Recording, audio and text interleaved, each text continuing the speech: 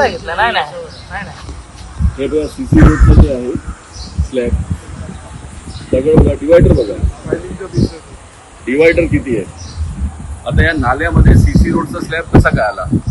इथे एक पण बाटली प्लास्टिकची नाही, याच्यात प्लास्टिकची पिशवी नाही, हे कसं काय झालं हे समजत नाही. तुम्ही नाल्यात तिकडे बघू शकता, हे जे गाळ आहे त्याचा कलर वेगळा आहे आणि इथे वेगळा आहे. या लोकांनी मुद्दाम याच्यावरती नाल्याचा गाळ टाकण्याचा प्रयत्न केला, ज्यामुळे वरती तुम्हाला एक लेअर दिसत असेल. हे या 2 दिवसात त्यांनी केलंय. तर हा भ्रष्टाचार आहे आणि याच्यावरती कारवाई अपेक्षित आहे. जोपर्यंत कारवाई होत नाही तोपर्यंत आम्ही नीट लक्ष ठेवून आहोत. त्याला हा मलबा आम्ही उचलू देणार नाही. ते फायलिंग करताना ते कुठे करत होते मला समजत नाही. सीसी रोडचा स्लॅब आहे, सीसी रोडचा स्लॅब इथे कसा आला ते समजत नाही. एवढे दगड कसे आले. आता मी सांगितलं की प्लास्टिक नव्हतं, आता प्लास्टिक खरंच याच्यामध्ये नाही आहे. तुम्ही बघू शकता इथे प्लास्टिक नाहीच आहे.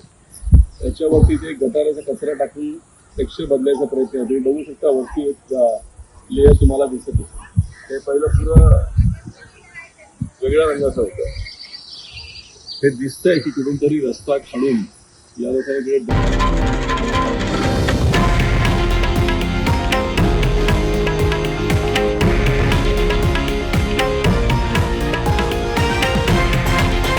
हे आहे देशातील नंबर 1 न्यूज नेटवर्क आणि आपण पाहत आहात TV9 मराठी, एकमेव.